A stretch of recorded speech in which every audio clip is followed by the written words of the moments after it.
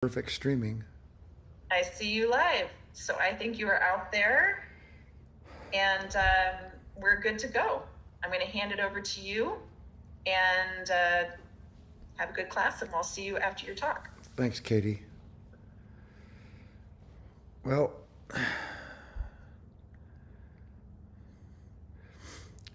I'm hoping that wherever you are, that you'll be able to receive the intended thoughts and insights from a right place in yourself. Right now, it is December the 24th. We just passed the winter solstice, which, for those of you that don't know, means that from the 21st or the 22nd on, we are done with the darkest times and we begin to have more light every day right up until the summer solstice. Of course, I want to wish everyone who's joining us and put into words as best I'm able to what would be my wish that your days and these holidays, but actually all of the rest of your life, and I assume it's so or you wouldn't be joining me, is filled with a growing understanding of what it is that in some respect these particular holidays represent. I'm going to talk to you quite a bit today about one of the major themes of all spiritual teachings, whether it's said in the words that I will use or not, that's not that important. But the topic for our study today is discover a love for life that never dies. What if there was a love for life that never dies? And by that I mean, what if there was, no matter what it was that was going on, even in the throes of some moment where you're filled with stress or anxiety, that you would at least have the capacity to come back into a certain kind of remembrance of yourself and the reason for your life. And in doing so, reconnect in that moment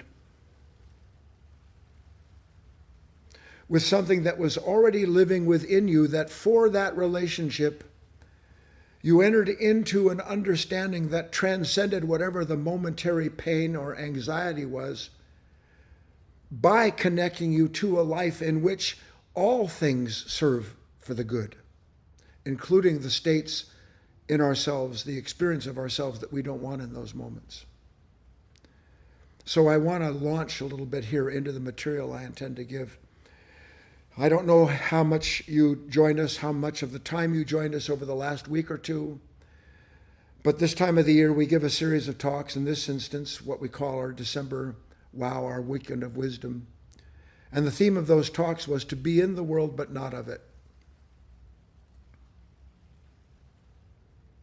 And the last thing that I spoke about, which is why I'm picking it up here a little bit, is that when we consider this idea, call it again what you will, the kingdom of heaven is within, nirvana is never not present, that a capacity that we have to be totally present in a living presence, that the idea that this kingdom is within means that there's no distance that's needed to travel.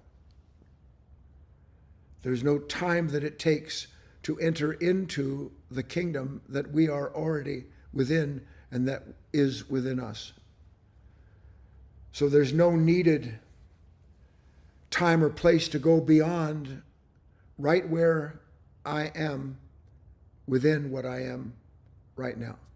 And the same holds true for you. This boggles the mind because our mind, by and large, is always packed and traveling. It's always on its way somewhere to do something, to add something to itself or escape something so that that nature can seemingly restore to itself what it believes the unwanted moment came and took from it.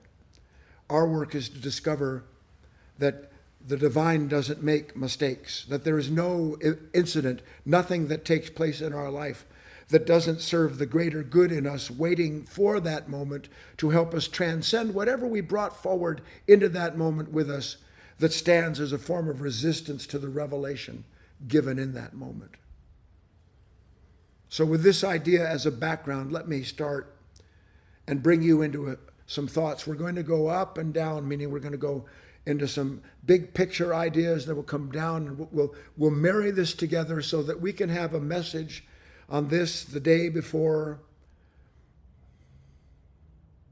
See, the problem with religion, all of this isn't the day before Christ was born. If you understand the meaning of Christ's life, if you understand the significance of the Buddha, you understand that there is no moment where this life is not being reborn, where intelligence is not shining through, where love isn't active, bringing into its light all that reconciles whatever is brought into it. There's no moment. That's the point. Our mind is divided up into time and space and distance and things that we have to gather and collect so that we can collect ourselves. All of that belongs to a mind that is locked into what we would call the known, into the past and all that it brings forward. And it is because of that somewhere within us, and I hope within you, there is a silent, almost an unspeakable longing. And if you can follow me through this picture, we don't think to ourselves that the earth longs for the moon or that the moon longs for the earth. Our mind doesn't work like that. We don't think of gravity as a kind of attraction born out of a desire for unity. But the fact is, the earth longs for the moon longs for the earth, just as surely as the earth and the moon longs for the sun, and the sun longs for it captured in this field of energy. And the sun itself, with all of the planets, longs for whatever the center is of our particular galaxy as it moves around that, and all of these energies interacting, intersecting each other to produce this life that you and I are a part of, but that we have no awareness of at all. We're barely aware of our own longing. And you can call that whatever you want. The longing to know a love that doesn't turn into hatred. A longing for something that is unconditional. A longing that we don't have to go look for in order to fulfill in those moments where suddenly parts of us are longing that the day would go away and people would leave us alone.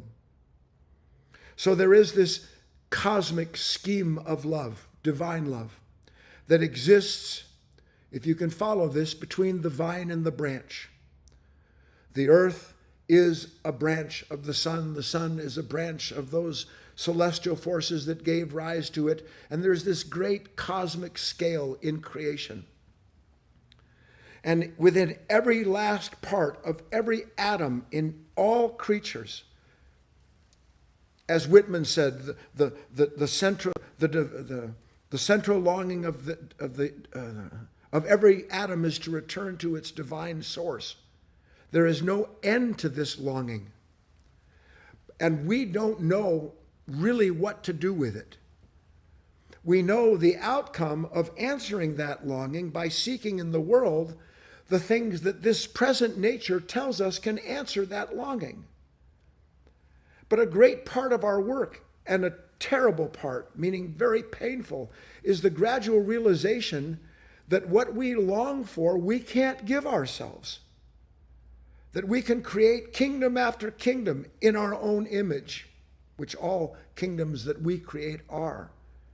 And in the end, every last one of them will crumble and will be left standing there looking at a pile of sand that some wave of time washed away. And then we'll have to go through this terrible iteration of trying to recreate it again until,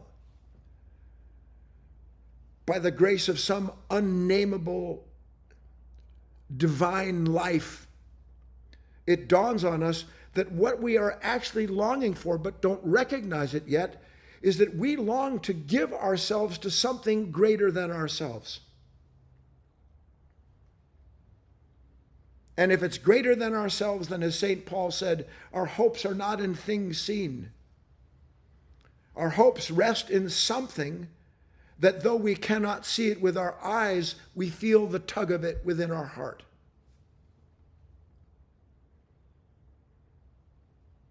And this is where a great difficulty takes place for the aspirant. Because you see, all we know how to do is when some desire comes up in us, whether it's to want or not want something, all we know to meet that desire is with the known. That's all we have, the known. Who I've seen other people become, they look like they're happy, I need those things. Who I imagine myself to become in a time when I'm past these problems. So without knowing it, this mind forever takes the content, the known, the past, and projects it into a time seemingly ahead of us, and then it promises us if we just acquire what it is that we are given to long for and desire, then our desires will come to an end and we'll find some peace that has escaped us up to that point. And life proves that that is a futile effort. And if we get that far, then we can begin, as I'm trusting maybe some of you have, we start to realize, you know what, I get it.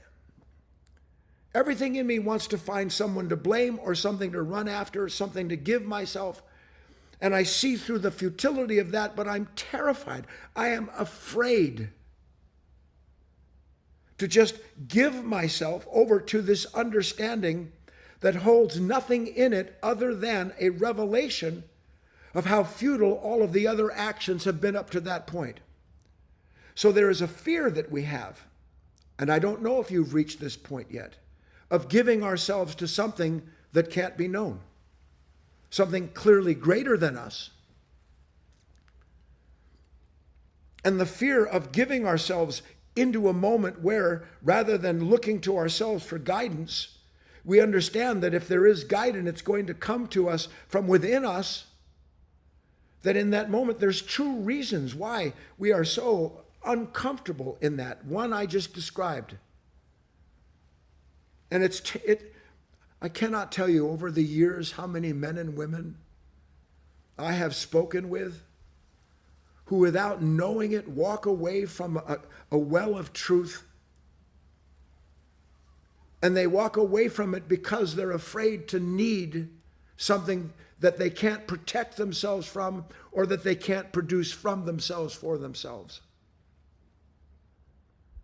This is what happens in human relationships, just at the simplest level. You get hurt once or twice. At that point, you're afraid to need another human being. If I'm afraid to love another human being for fear of my heart being broken, how much truer does that run when it comes to this unspeakable love that we have for something that we long for the divine? And we're terrified of surrendering ourselves to what ultimately would be the gradual realization, the revelation of our own highest possibilities. Because if we would be able to surrender ourselves to this unknown moment, to this thing we don't understand, in that moment, same moment, we'd be in the world but not of it. We would actually surrender and reconnect ourselves with the greater body of the divine.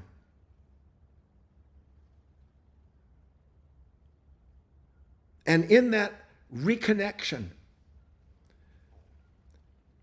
that requires us doing our part in it, and let me make a side note here, doing our part in this greater body, in this divine life, means that we must bear what it asks of us. We don't think to ourselves. We can't see yet. Honestly, we can't.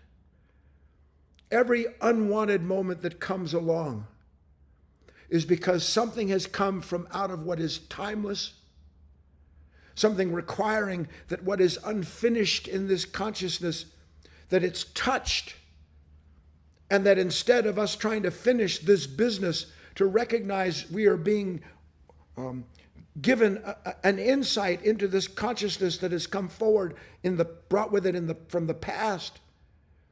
And the divine is saying, let me finish this for you. Let me show you what it is that is in the way of you being in this movement, this greater Tao, this truth. So that in your willingness to enter into what can only be shown to you as it is given to you, you begin to understand that there is, in fact, a life in which you, as the willing aspirant, are reborn moment to moment to moment. Because we have found and reconnected ourselves to that timeless being that is the very nature of love and rebirth itself.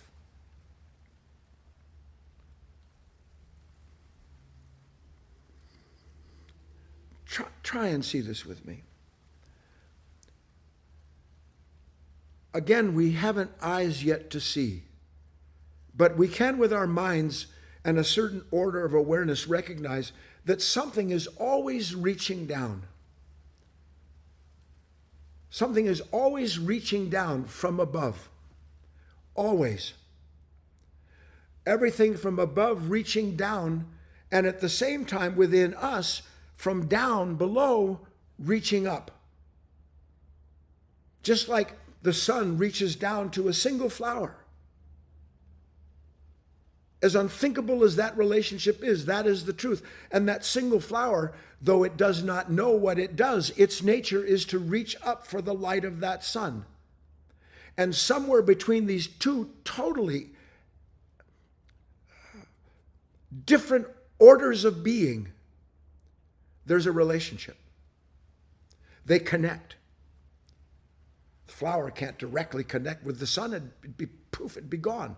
Nor can the sun directly connect with the flower, because it's too, in one respect, insignificant to the cosmic scheme. And yet, somewhere in between, they connect. And I use the word they connect, and it's not a proper word. They are never not reconnecting. It is a stream. It is a relationship in which everything down below, everything in this world, is always reaching up. That's why when people pray, why do you think people pray? So reaching up for what? Reaching up to reconnect, to handle a longing with a relationship that it cannot see, but a need that can only be answered by what? By learning what it means, as we're working to do here, to have our eyes newly opened, to have new self-understanding that allows us to perceive the moment that we always took in the same old way through a new kind of perception of it. To realize, just as I've described, as above, so below. That's what makes some of this difficult, I know, for some of you. If it's true that the flower reaches for the light of the sun and the sun reaches for the flower doesn't know it's doing that. Any more than in that beautiful passage, I am the vine, you are the branches. The branch doesn't need to remember the vine to be given life by it. The branch doesn't need to remember the vine from out of which it comes to be given life by that vine. It is effortless. It is connected to what gave it life, and that vine that is connected to the sun and all the rest of the scheme of things, that vine is giving to its branches everything the branches need to be profitable branches, to fruit. So that energy, that light, that life flows downward without any effort into all of the creatures on this planet, including you and I, from a celestial life, from a light that is divine, and all of that takes place mechanically. Thank God, human beings, you and I don't have to think to ourselves, I would like to be connected to the life of God, to the life of the divine, in order for that to flow. It is maintaining the body, all bodies, without the body being maintained by that higher body needing to remember it. But in this world, but not of this world. In this body that is maintained and sustained and taken through this world and the physical life, in that body is something that is not of that body. A light that dwells in the darkness that the darkness comprehends not. And that light, that life, it is always, always reaching out to be connected. Actually, again, reconnected.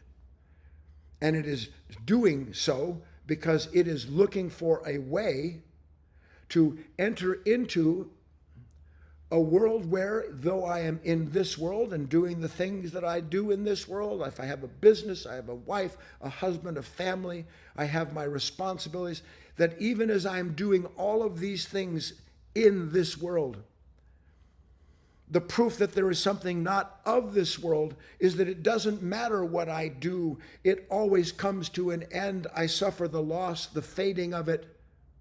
And then I find myself longing to find a freedom that can't be taken from me, a love that cannot be stolen, that cannot be broken. And to make a fine point on this, that life is always there. That light, that vine is always there. It's never not there. And it is always pouring itself out. There's no moment where it's not pouring itself out. And it pours itself out from another order of being, an unnameable order of being that we might just call love, and a love that never stops completing itself by giving birth to itself, repeatedly perfecting the revelation of itself in creation. I don't know if you ever came across this idea, just to put another fine point on that. In the Gospel of Thomas, it is written, Thomas, that Christ said, I am the light that is over all things. I am the light that is above all things. I am all. From me all came forth, and to me all attained. From me all came forth, and to me all attained, meaning that it comes forth and returns. It is not separate. Then the key idea here as to the ubiquitousness of what I'm describing, split a piece of wood, I'm there. Lift up a stone and you will find me there. Which is, by the way, the last thing the church wants you to know. Church wants you to have intermediaries. All religions, one way or another, even the finest of them, have been brought down into a place where the ideas, the knowledge has become the intermediary between the man or woman who seeks the divine and the divine that's already in contact with that human being, but cut off because the human being is identified with that which is the intermediary. Thought is an intermediary. Knowledge is an intermediary, and it is immediately in the way every time we turn to it and keeping us from realizing this living connection. Lift up a stone, you'll find me there. Never not there. I was sitting here this morning looking out at the bay that you're looking at. And as I was sitting here, I could feel, for lack of better words, as almost is inevitable, I knew what I wanted to talk to you about. I wanted that. Where is that? I wanted to be able to express the understanding behind the key lesson. Blessed are those who do what they do for the love of being a part of what they love. But few are those who know this divine order of love, let alone what it's like to have love itself as their partner. And these things are indescribable. There isn't a time when I begin to speak that I don't realize the incredible shortfall between the mind, no matter how finely it is tuned to what might be above it. And I could feel that beginning inside of me, and then by the grace of the God, a picture came to my mind. I want to share it with you. Nice deep breath. Imagine a man or a woman pretty dried out from living in a desert most of their life. And because they've lived in a desert most of their life, they have, without understanding why, they naturally want to be someplace where there is water. So here's a man almost parched out from living, and then he begins to walk, and he gets to a certain point, still in the desert, and this is a pretty apt analogy, and it starts to rain on him. Not a lot, it starts to rain. And that man, not understanding what is happening exactly, what does he do? He begins to run around with his mouth open, trying to catch raindrops that are being given, that are fallen from heaven in order to quench his thirst. When all that's required of that man in the moment is to just stand still and to drink his fill as it is being given to him. I don't know whether that strikes home, but I tell you that that is the way we are. We run around mouth open, hands waiting for some crumb, something to settle the doubt, to solve the fear, hoping, longing, and then thought will come up. We throw ourselves at it. We become the worshipers of thought. When there's not a moment by the very nature of life, I said the man, it started to rain on him. I hope I showed you it's never not raining love. It's never not raining light. And that's not even an accurate word. It is a constant wave. It is a stream with no beginning and end. And we are in it all the times. And imagine somebody who could understand all I have to do is be willing to be here as present as I can and allow what that rainfall, what I'm being given to see. What I'm being given to see is that there's fear. I'm being given to see there's doubt. And instead of looking for something to put in my mouth or clench with my hands, to realize that even as that is taking place, I am being shown that that which is running after whatever it's running after, first, it has never been able to capture what it runs after, because what it runs after inevitably runs away. But more importantly, it can't quench the thirst.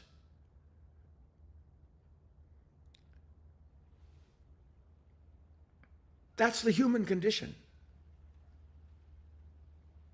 It's like being invited to a feast and sitting with your back to it, so that you're looking out at the room and you don't see all that is prepared for you. And we can't see all that's prepared for us because we're too busy preparing ourselves all the time to protect ourselves. And by the way, to protect ourselves from what this unconscious nature imagines needs to be protected so that it can be free. There's a story, it's pretty well known, I think, by most of us. If you're not familiar with it, I would urge you to read it in the New Testament. Story of the prodigal son. I'm not going to have time to go through the whole of it, but basically speaking, there was a man and he had two sons.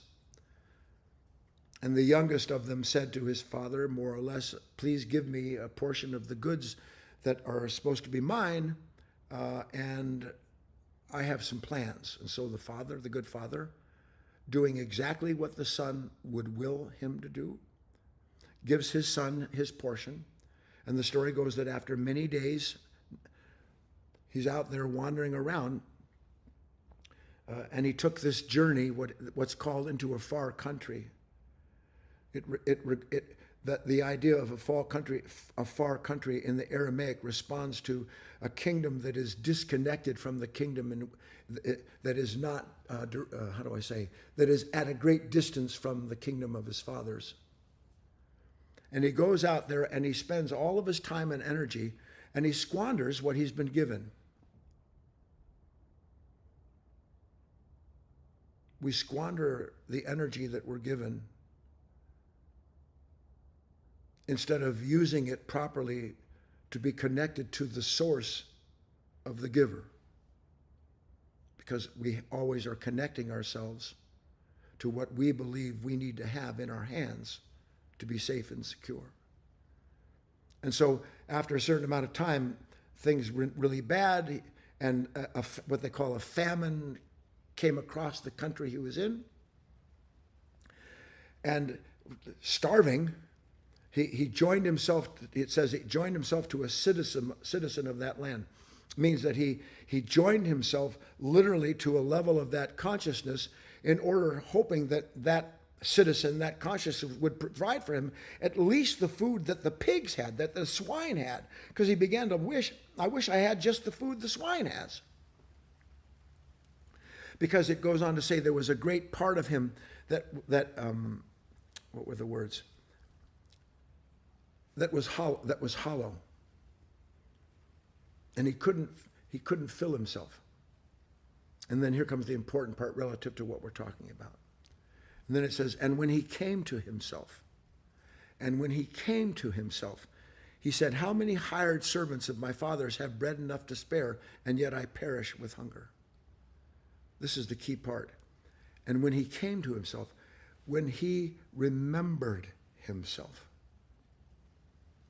when he remembered who he is, who he was, and what he came from, he reconnected in that moment. And in that reconnection came the revelation that he left behind something that he would give all he had just to have now.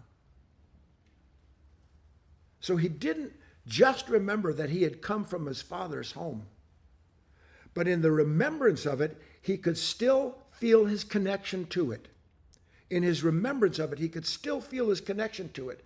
And that, by the way, that he could still feel that connection is proof that that connection was never severed. And then the story goes on and proves it, that that connection was never severed, because it goes on to say that his father, seeing him at a great distance, once the son had turned, seeing him at a great distance, came and met him. So there was never a disconnection other than the son had disconnected himself from that kingdom, from that order of being. And the minute that he realized, this isn't working, I'm a wreck, I have enemies, and everyone's my enemy that doesn't give me what I want when I want it. And I lie to have friends. I pretend to be something I'm not so that I can get what I think will protect me from some condition that I don't even know why it troubles me. Here he is, and he starts to recognize, then he turns around, and as he does, it's as if he never left home. Because the end of the story, if you don't know it, his father, seeing a great distance, meets him and brings him home and has a big party, kills the fatted calf, actually gives him things that his other brother is angry about because he stayed home the whole time. Here's the son who left, and he's given more for his return. This is a great encouragement. He's given more for his return. He is born, if you will, again into another order of his own father's house, where he is given, if you will, a certain supreme role over the role he had before he left. He has been reborn in his understanding, and in his new understanding, he is given a new position, a new responsibility in life.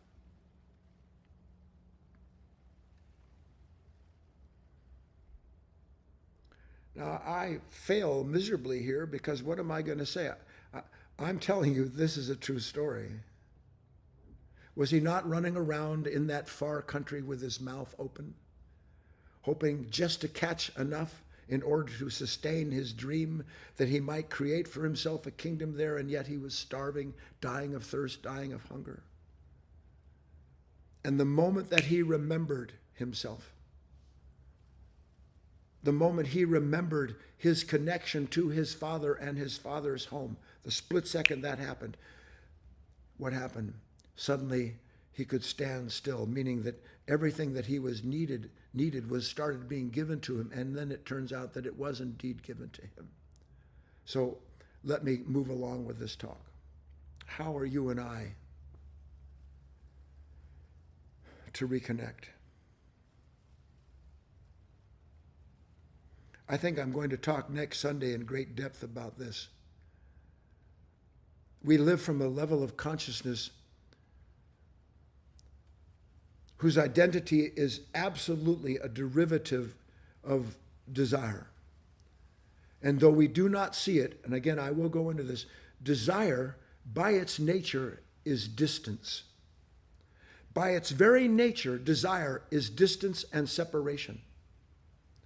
So that whatever it is, wherever I am, whatever that thought's going on, there is something that anytime there's some dissatisfaction, I am instantly not only placed at a distance from this connection that knows no distance, but I am driven from it, seeking outside, scattering myself, trying to figure out a way to acquire the very thing that, for having imagined it, separates me from that which quenches a thirst the world can't quench.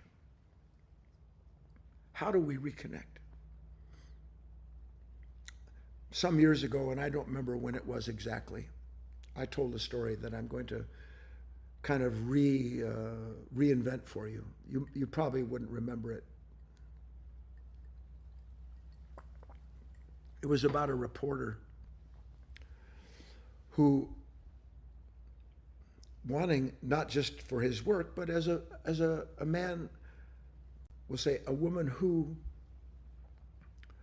wanted to develop and knew that she required new ideas, new understanding, new relationships. And so she was, as a reporter, always looking for people in life who, as she heard about them, she realized, this person understands something I don't. This person is doing something I can't. And keep in mind, please, it wasn't so that she could imitate the other human being. Imitation is corruption. Imitation steals from a human being the incorruptible relationship between what we are connected to that is always giving us a new life.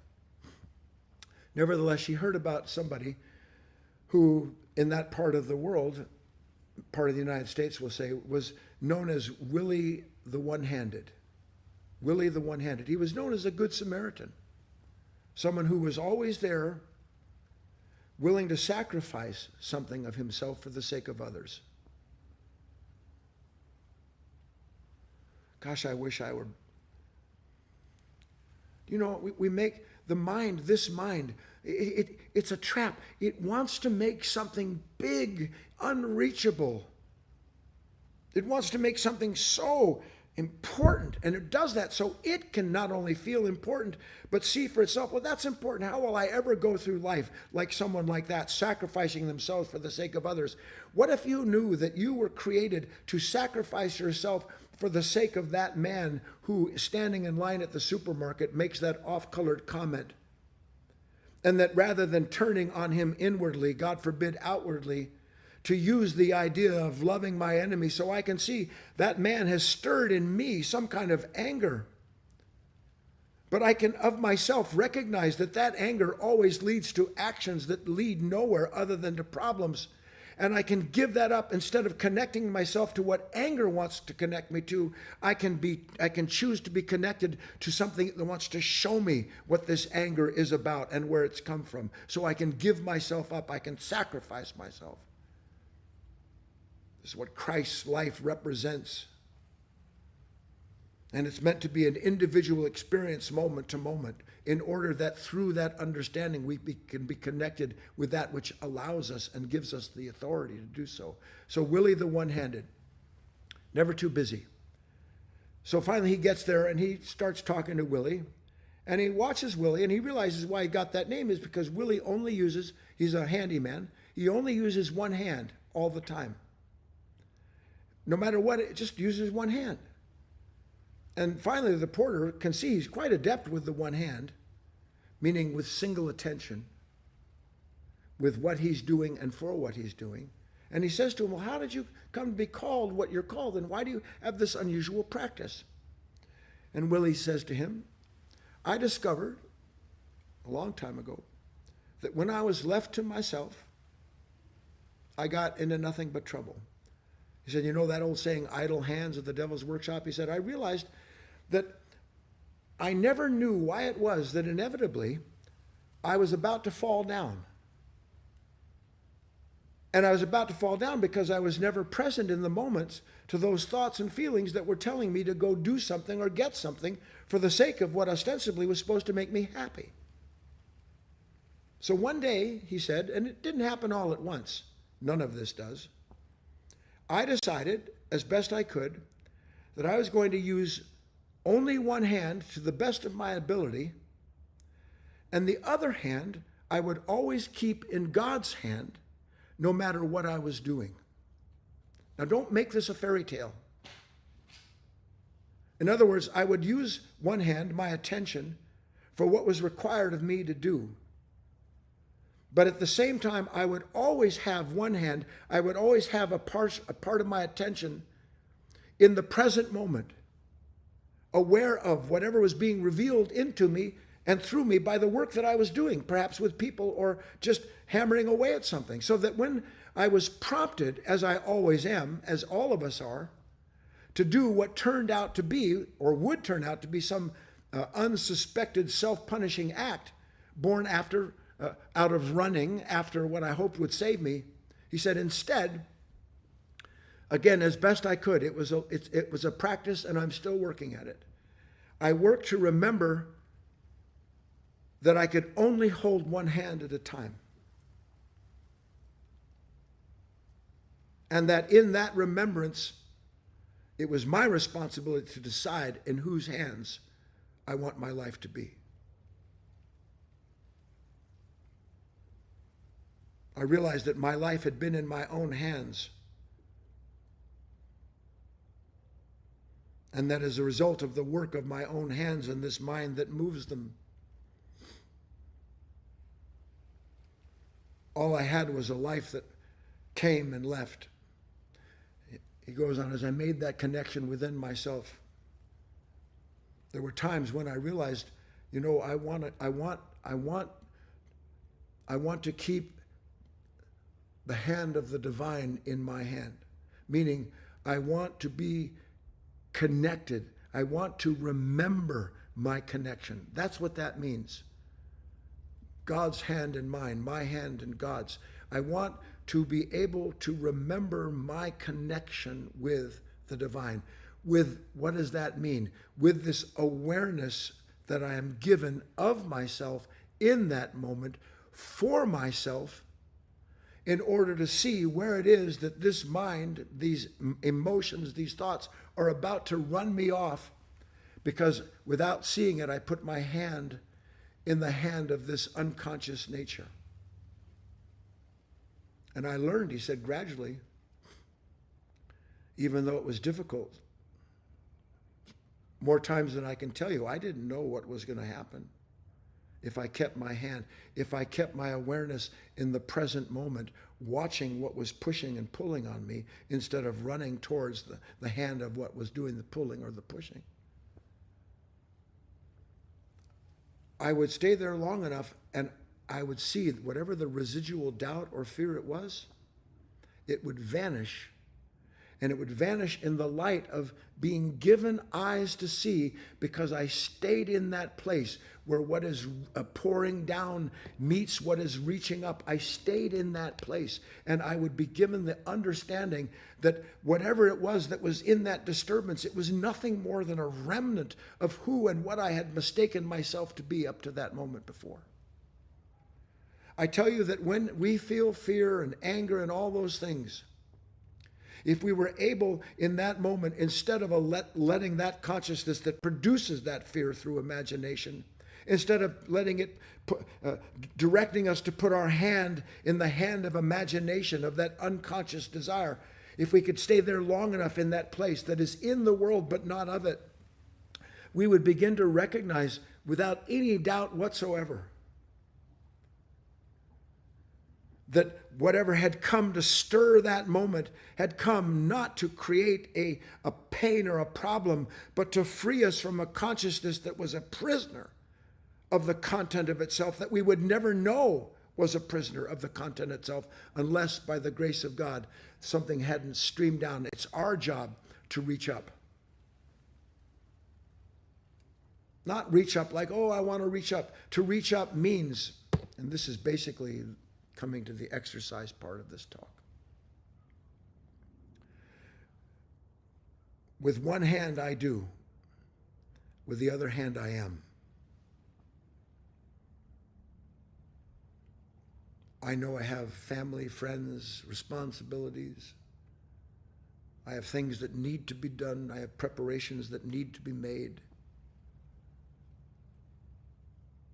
But if while I am doing what is in one hand, I'm aware of the tendency of that mind to identify with whatever that hand is working on or clinging to, if I can remain aware of that, then regardless, in spite of all the temporary sensations born always by the way of desire, in spite of that, I can remember.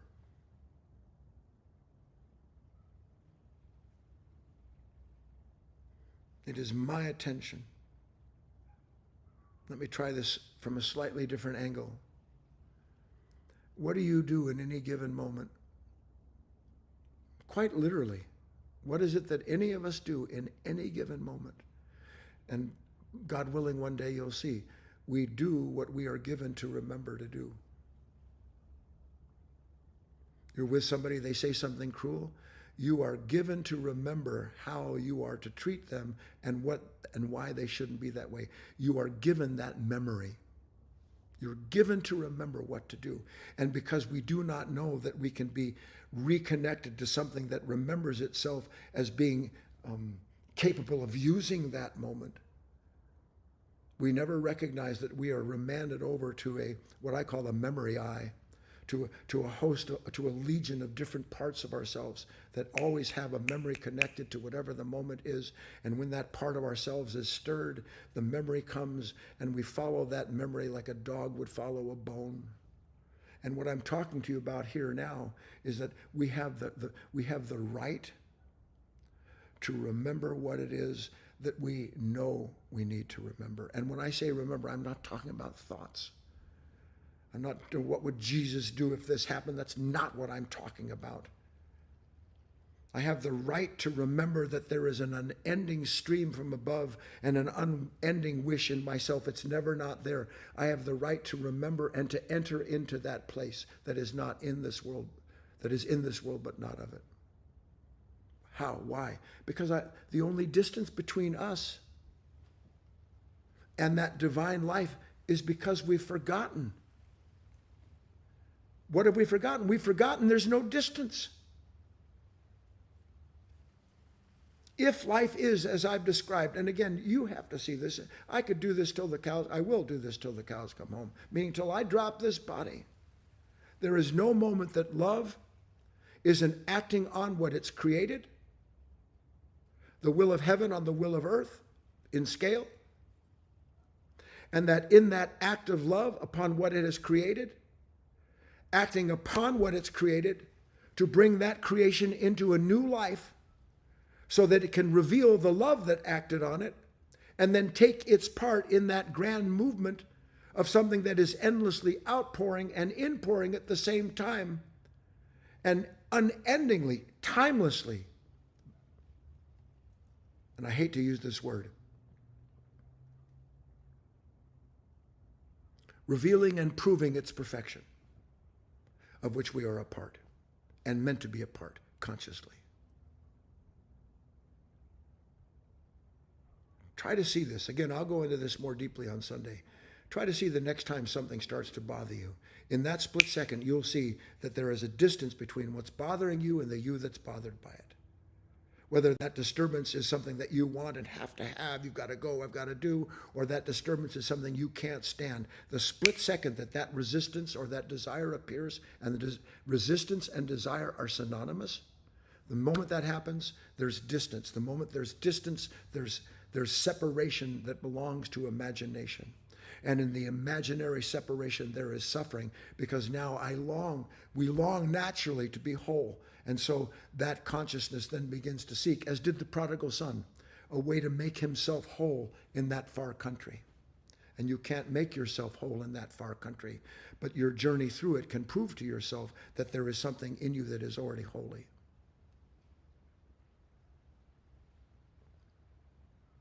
So let's wrap this up with an exercise. First, to remember as best you can, I feel this sudden, gotta go, gotta do, gotta go. Understand, you are never going to bring an end to that consciousness by doing and going and getting what it says to do. Never. You already know it. You just don't know it well enough yet. So when it comes up, you're going to have to be there. You're going to have to be present. You have to be present to that anger, to that irritation, to that impatience. You have to be present to it. Why present to it? Because in being present to it, you are in the presence of that moment where the event has triggered that unconscious nature. And it is in your awareness of that nature that you are connected to what has revealed it to you. In your awareness of that nature, you are in the presence of what revealed it to you. That's where heaven and earth meet. And in that moment to recognize, I want to run, I want to do, I want to fix, I want to get angry, I want to blame, I want to revisit the past, I want to and catch all of that and understand that just like happened to the prodigal son, the prodigal daughter, I'm going to have to come back into myself. He came back to himself. We must come back to ourselves. And though it's not written, try to see this. When we come back to ourselves, just like the prodigal son, I guarantee you, well, he's not going to want me back home. Not only did I ask and take what was given to me, but I squandered it. There's no way. And yet, what did he discover? That he had already been forgiven, that had already been made whole long before he got home. Same with us. So here's other terms. Until we are able to remember ourselves. And these are very deliberate words. Bear, embodying the realization that I am must come before I want. Until we're able to remember ourselves, then the unquestioned authority of these old fears and tears are just going to take precedence over the possibility of us entering into a life that is given birth repeatedly. I want to go back to it. Bear embodying the realization that I am.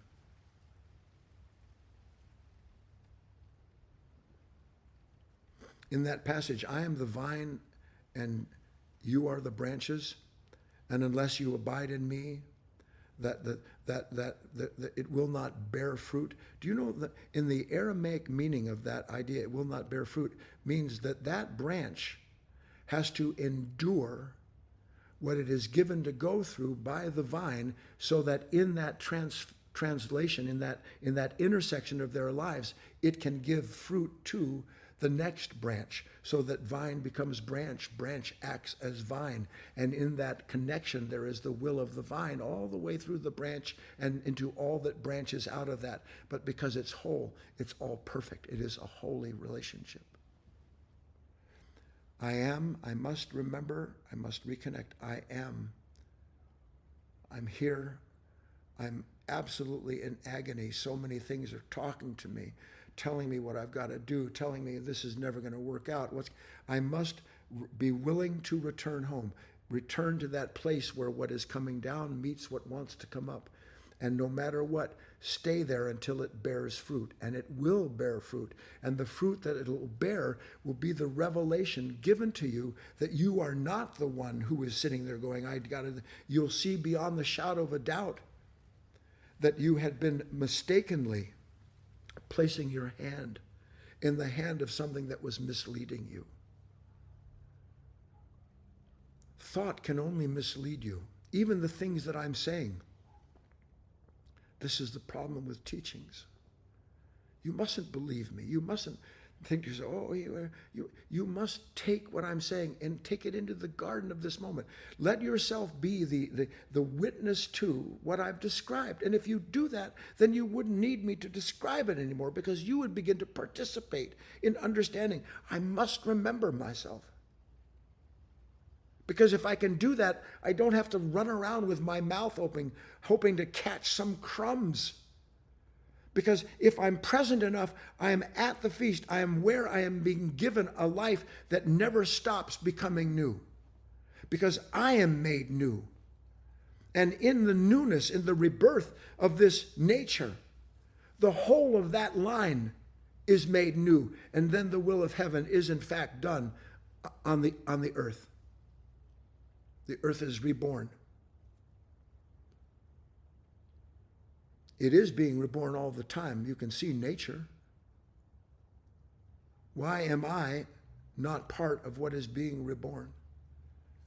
instead of being the repository of all of this pain and suffering, because without knowing it, I have my hand in the hand of something that tells me, here's what you have to give birth to, here's what you have to go do. No, I'm going to remember.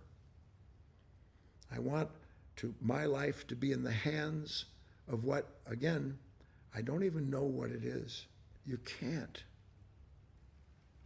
But if I place my hand in this awareness of myself and everything in me that's reaching out to save itself, I will catch a glimpse of the fact that this fear does not belong in this spirit. I will catch a glimpse of the fact that this irritation and anger are simply a mistaken identity that I picked up without knowing it, because I had picked up the hand of something that was misleading me.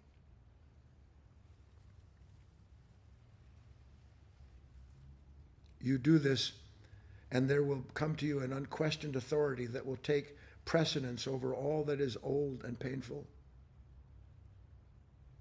because it'll no longer exist, and you will no longer exist as you did, because you will at last have found your part in this endless perfection of this new body, of this living light, in which rebirth is the same as its life, and life is the rebirth.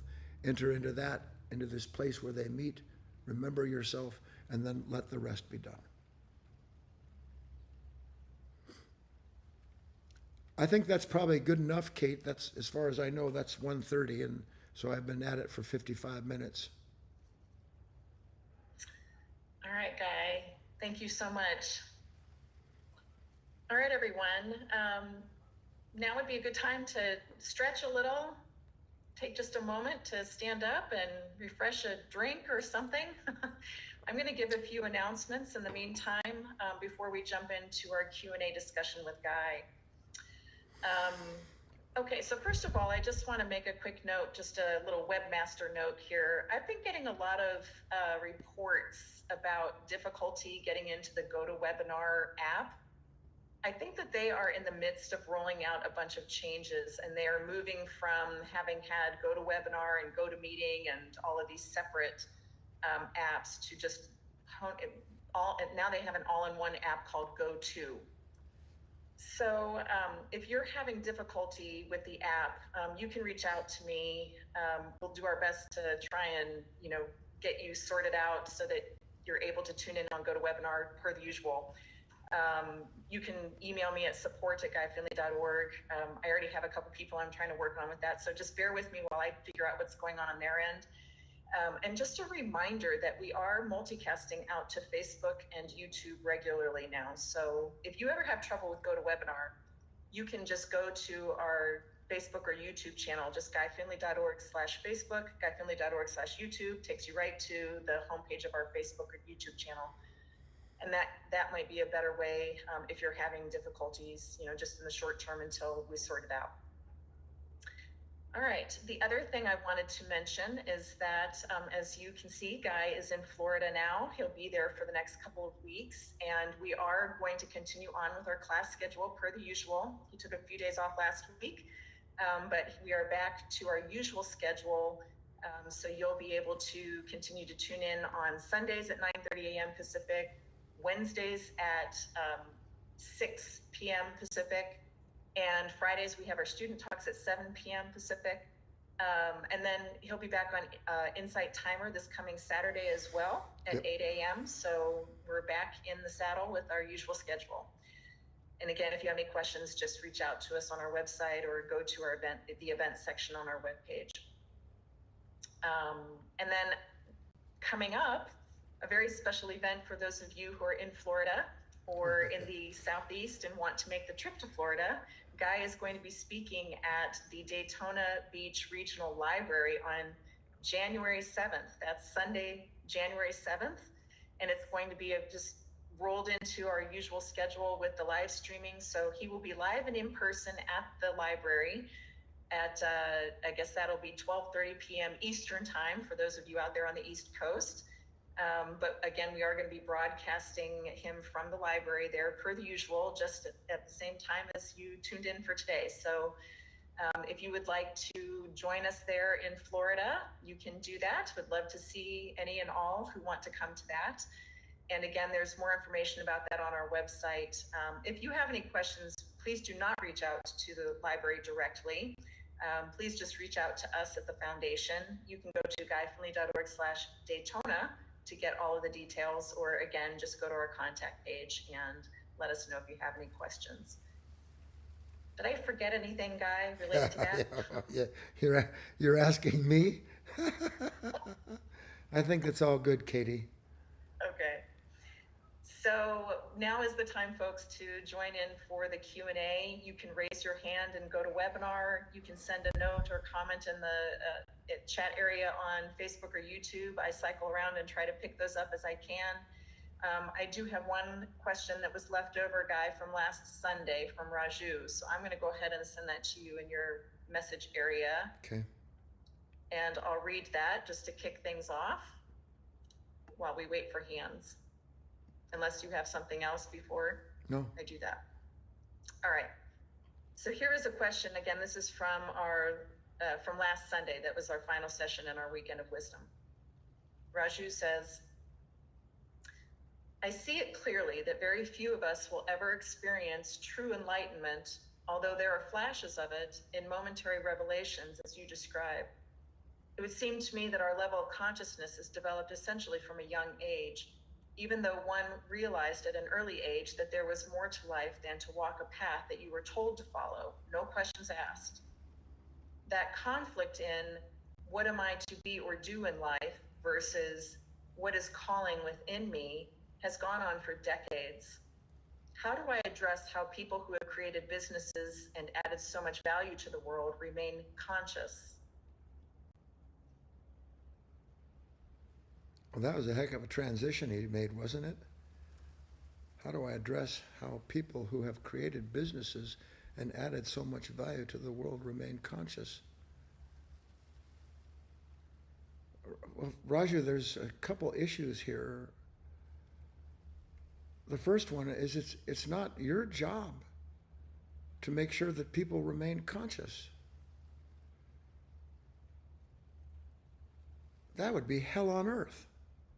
How would that be different from me wanting my wife or my daughter or my deer that visit me on the property to do and be what I believe they should be in order to align with what I say is divine? So there's several mistaken ideas inside of this, Raju. One, you say, I see clearly few of us will ever experience enlightenment, although there are flashes of it. Enlightenment is a flash, Raju.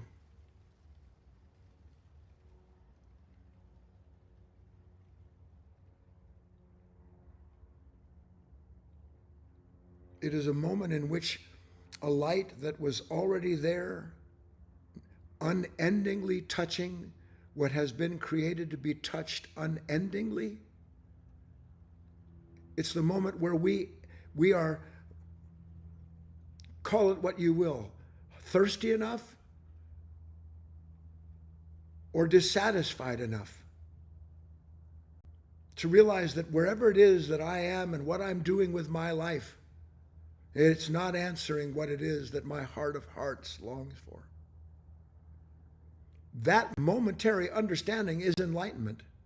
And out of that little flash of light, something is created, if you will, inside of that, in the essence of an individual that will be there in a slightly broader, deeper measure.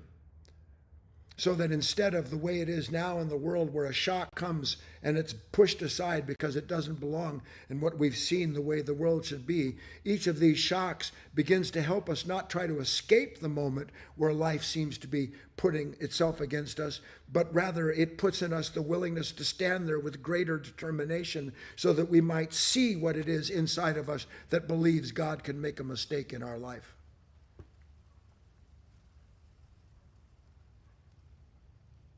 Nothing is impossible when it comes to love or God.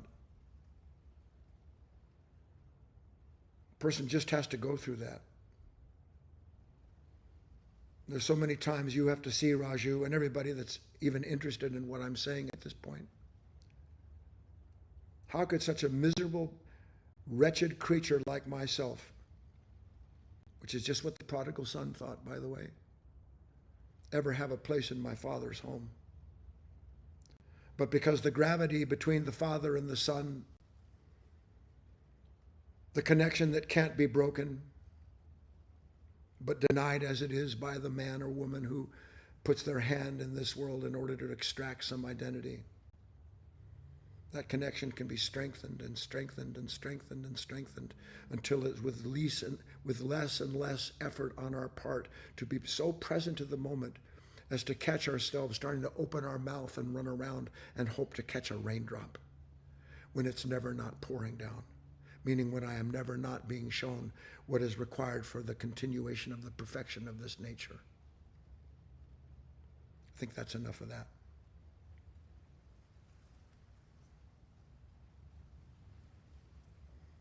Seems to take a little longer for this camera to come on now. Sorry about that. No, okay. That's fine, Katie.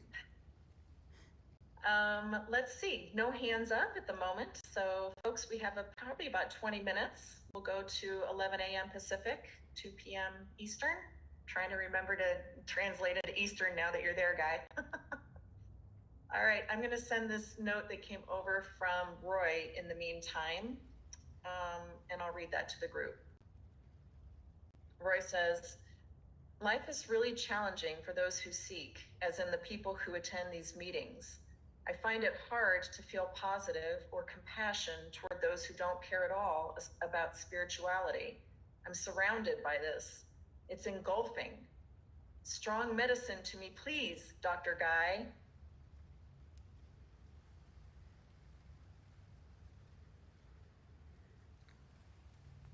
What if you knew, Roy, and you will, stay the course, what you're engulfed, there's only one thing that we are engulfed by at every point in time where we feel as if life is pushing us into some painful relationship. Life never pushes you or me or anyone else into a painful relationship. The pain of the relationship that we have with the moment is because we are engulfed by resistance to it. And that's it. And we resist the moments and the people and their emanations, whatever the energy is that's coming out of them, their behavior that is so... Come on, try to see this with me. Everybody, your behavior is so distasteful to me that I can't taste how distasteful it is to be a human being sitting in judgment of everyone and everything around me.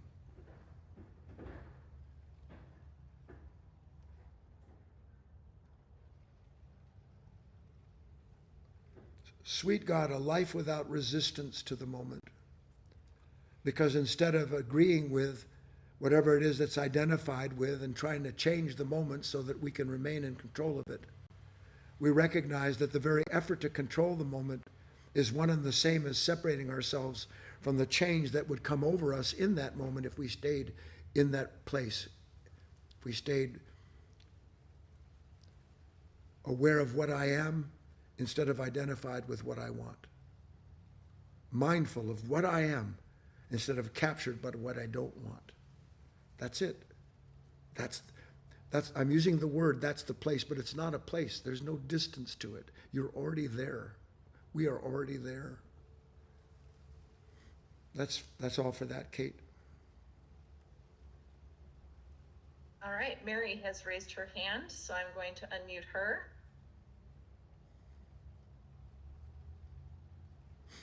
Mary, you'll need to unmute on your end as well. You might be on the new app, so trying to figure out how to do it. Give her a second. Yeah, that's fine. I just want everybody to know, in case it's not clear, life isn't perfect. At least at this level, but we can use all of these problems, even practically, to get better. That's what we do in this work. Nothing that happens to us isn't transformed into something that will ensure that whatever has happened is used as it's happening, and then practically speaking, to help us perfect whatever it was that stood in the way. That was Willie with two hands. One hand on what I'm doing, one hand in the hand of what I love. being present. All right, Mary, it looks like maybe you didn't mean to put your hand up as well. Why don't you send me a note in the back end and I'll work with you on this. I know that on the GoTo app on the phone, there's a little section that says more with a ... and you click that and that's where you raise your hand. It's a little confusing. In the meantime, Guy, I'm going to send over a note that came in from Edna. I haven't had a chance to read it yet, but let me see here. Hang on. No problem. I'm going to send it to you. Make sure this was from Edna. Is that from you, Edna? Yes, it is. Okay. Edna says, as I lean into this work, specifically saying, thy will be done when I feel resistance, I'm noticing that my old drivers and motivators have been dissolving. With that being said, I feel a bit directionless. Any advice for choosing goals, honoring desires that exist within the context of this work?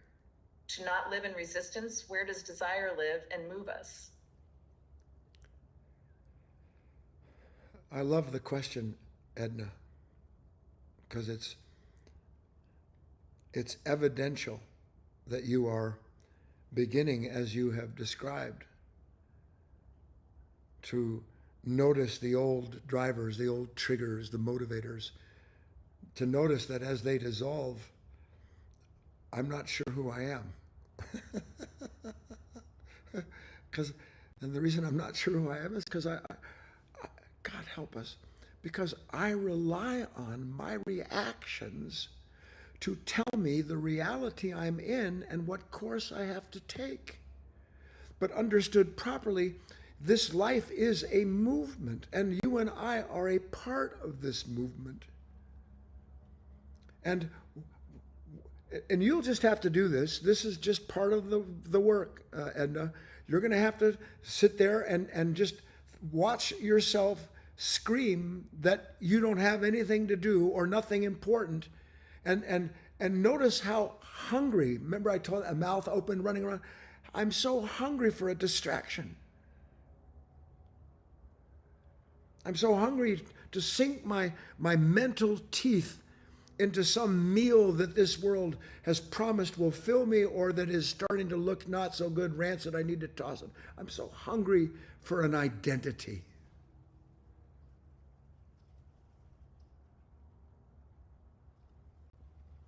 You will see as you work that if you want to use the word enlightenment, it is the realization from moment to moment that no identity you are being given by a reactive mind, that none of these identities are you. And your awareness of their entrance and departure can be called enlightenment, because it is the place through which all moves, awareness, and yet never moves as that's taking place.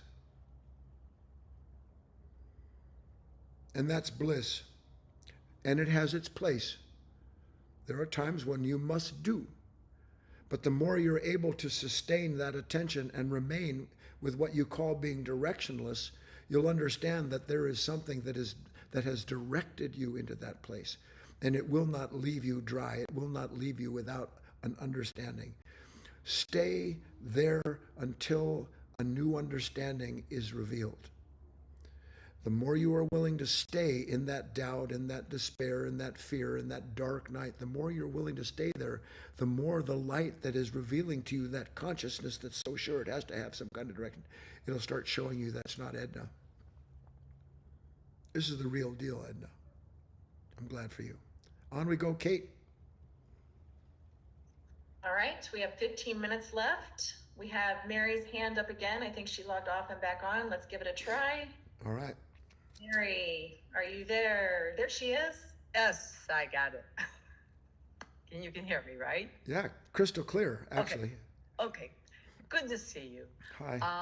I love your story about the prodigal son. And again, it brought me even to a deeper place in myself to look at something that I guess I'm seeing it deeper.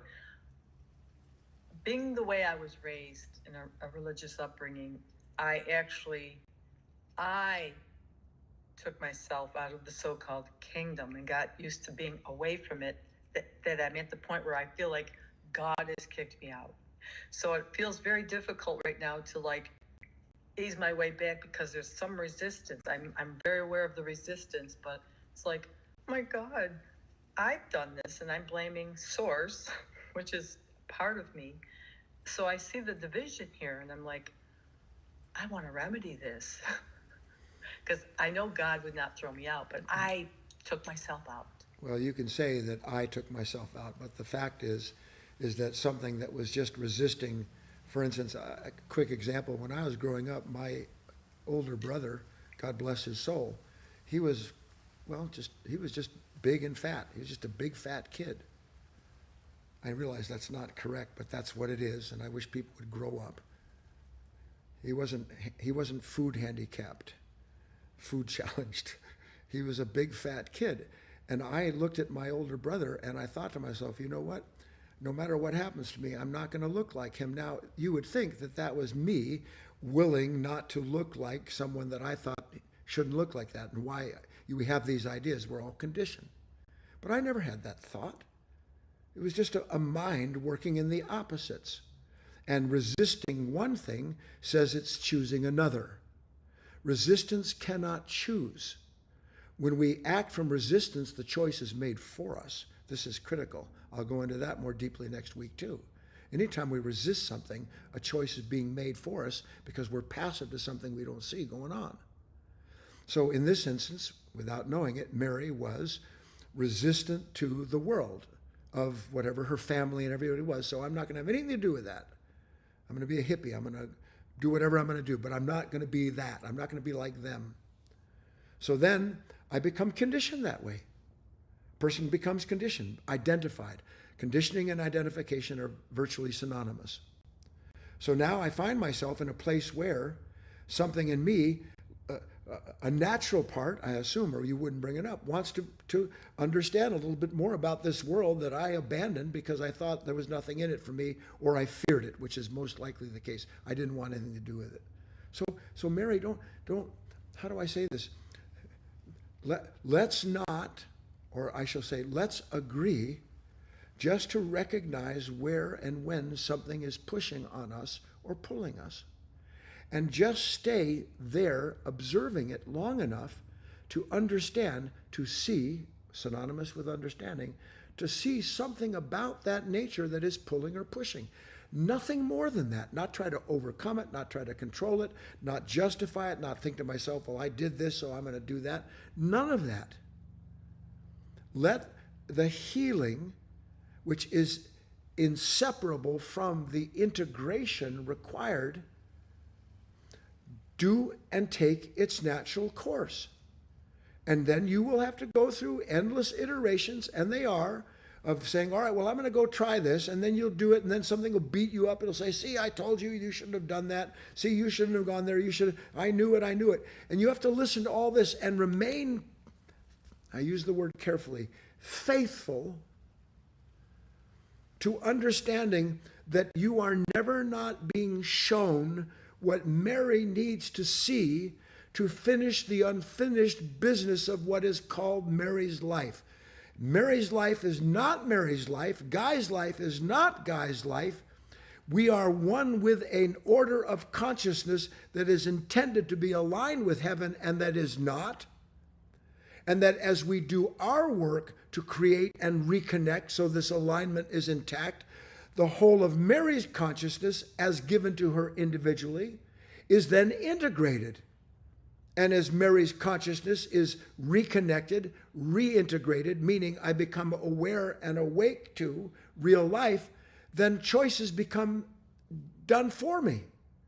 I don't have to choose anymore what I'm going to do or not do, give or not give, because everything is there at the beginning. My hand is in the hand of the divine, and it will lead me. There are no words for this. I failed a gazillion times, Mary. No words for it. Something brought me to this point where I see and understand what I could have never seen and understood for a million years if I didn't bear what I had to bear to be able to bring into this moment that understanding. That never ends. Let it never end with you, Mary, and you will find a life that never ends. On we go, Kate. All right. I have no more hands up in the queue. No more written questions. Hang on one second. Oh, Eric wants to pop up and say something. Good. So we'll let him do that. Go ahead, Eric. All right, thank you.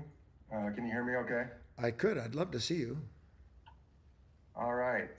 So Mary just mentioned the prodigal son. Was that moving right by the idea of let me see you? Yeah, well, I like the palm tree. In the All right. background. Okay. Here we go.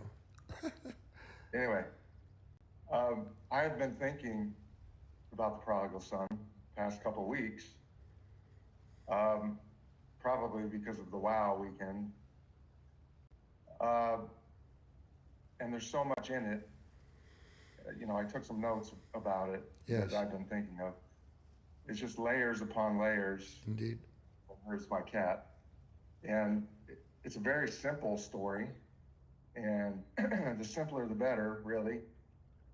And it's a story, first of all, of experience, Mm-hmm.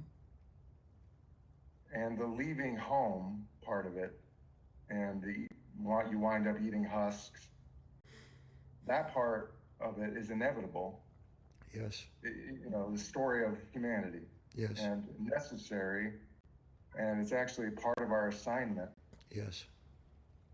And it turns out that it was not a punishment. It is not a punishment. Correct. And it's a story that's always happening, Correct. both in terms of our entire life, humanity's entire life, Correct. and every instant also, Correct. where we go out to find a solution to a disturbance, and then we remember ourselves. Yes. Yeah. And it's also a parable of, and you were talking about this, of heaven eternally touching the earth, and our role in that process. Process is a horrible word, but and also I would also say, I don't know the story of Jacob's ladder very well, but it seems like a very similar story. It is. If I'm not mistaken, right? Yeah. There's beings or entities going up and down Correct. the ladder eternally. Eternally. And all right, that's all I had on that. Good comments, Eric. All accurate. I actually had tried to talk a little bit about Jacob's ladder as ascending and descending forces. They're endless. And where ascending and descending forces meet is where we are connected to the divine, because they ascend and descend from the unnameable, from the divine. Good comments, Eric. I like that. Thank you. All right. I don't see any more hands up, no more questions. So I think we can wrap up. I have no idea. Yeah. I have no idea how to do it. So you can. Yeah. Hang on one second. There is one last question that just came in. Do you have a moment? You want to Oh, sure. tackle this one from Mary, another Mary? Sure. Absolutely, I do. All right, let's do that. I just got it in my email. Again, I haven't read it, but let me send it over to you. Let's see if we can fit this one in. Okay. Mary says, there is a quote, "Blessed are the cracked, for they shall let in the light." In the moments we consciously suffer a resistance, however much we feel we did not deserve the negative situation, whatever it is it by being vulnerable to our feelings, our pain, our hurt, whatever it happens to be, that the light is shed inside to see the revelation? If you could speak on this and about receiving the revelation. Thank you.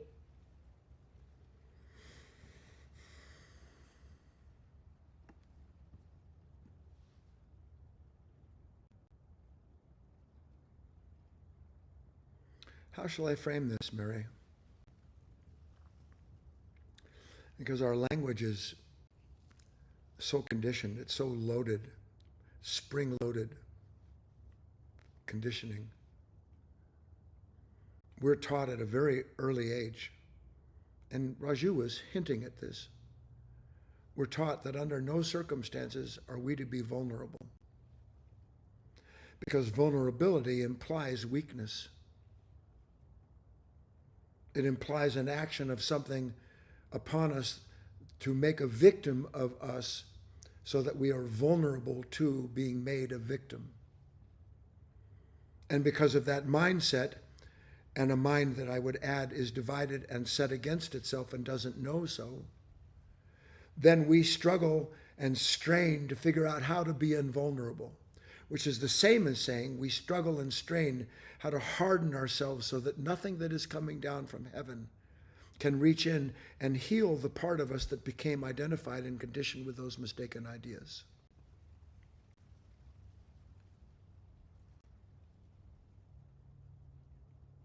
It is almost inescapable, Mary, for a long time,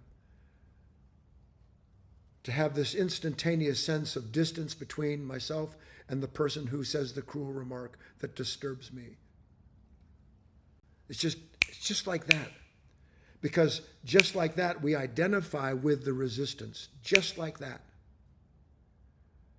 And the resistance is always followed by some form of identity, some reaction that ensures we understand how we have been done wrong and the actions to take. What we're learning here is that what we must do and will do if we work is start to recognize that in the moment of this resistance, the resistance is telling us this is a negative situation. I wouldn't be negative. I wouldn't be resisting if it weren't negative. Do you see how it's tied hand in hand? Instant resistance, instant negativity. I am negative because this moment is out of place. You are wrong. I'm negative.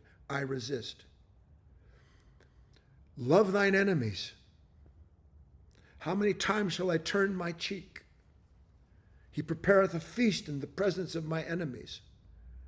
And if I had more time, I would go into the Gita and I could talk to you from all of these ideas that are connected with this mistaken idea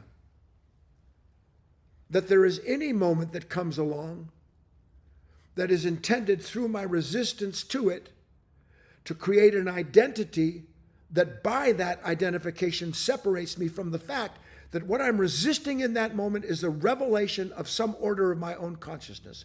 My own consciousness resists the revelation of itself. We don't believe that. No, I want this. No. You have, and I think you know this by now. No, if I wanted the revelation, I wouldn't identify with the resistance that tells me someone is wrong and done me wrong, and I'm going to make it up. I'm going to try to do the right thing. We want to be in the right place because when we're in the right place, the right thing is done through us, Mary. That is our work. That was what this talk was about.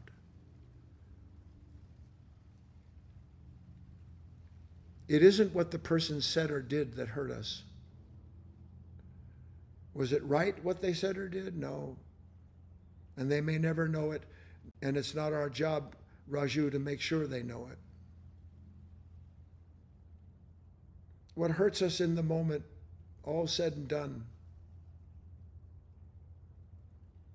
is that we instantaneously cut ourselves off from the life-giving, light-healing revelation. I think it can be argued, I won't do so here for the sake of time.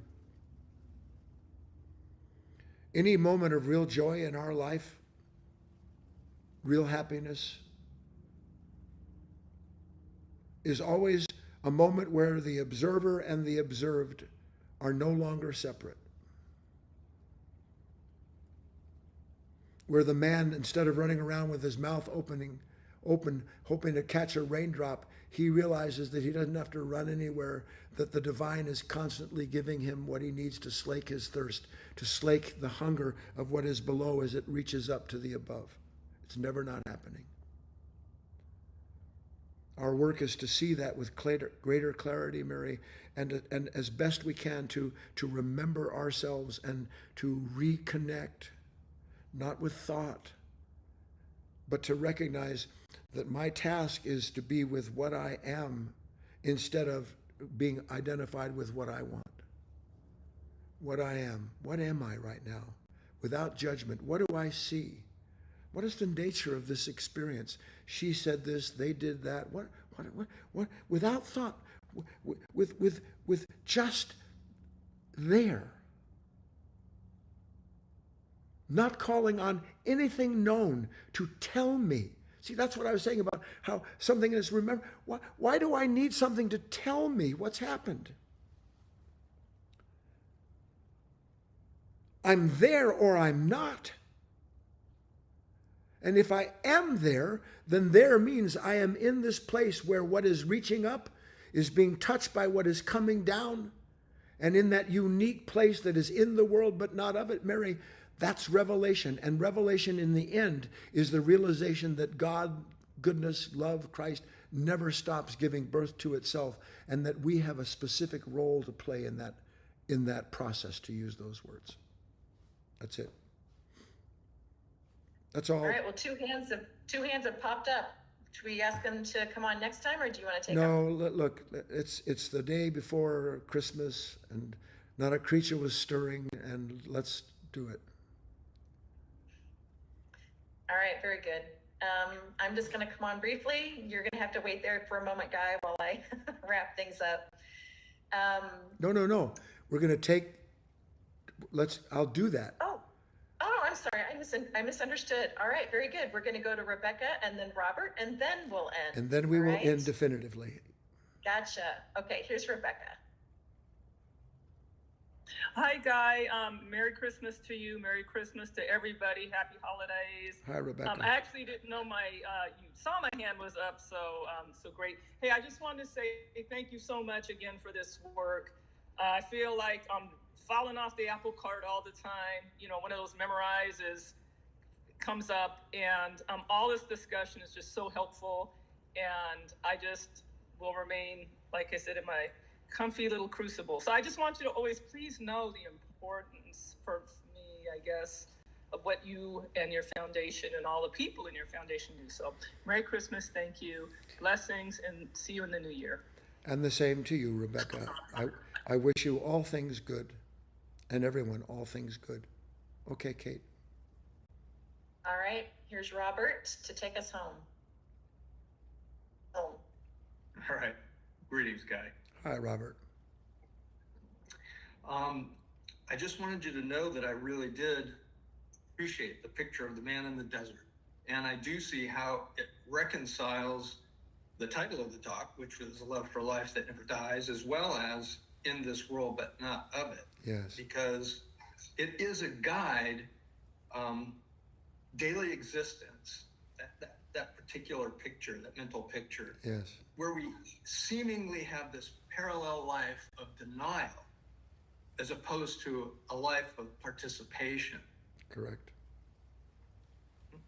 And it hit me when you said it. I was like, oh, that goes right to the core, and it's something that's so easy to remember, and it's certainly something that we do daily.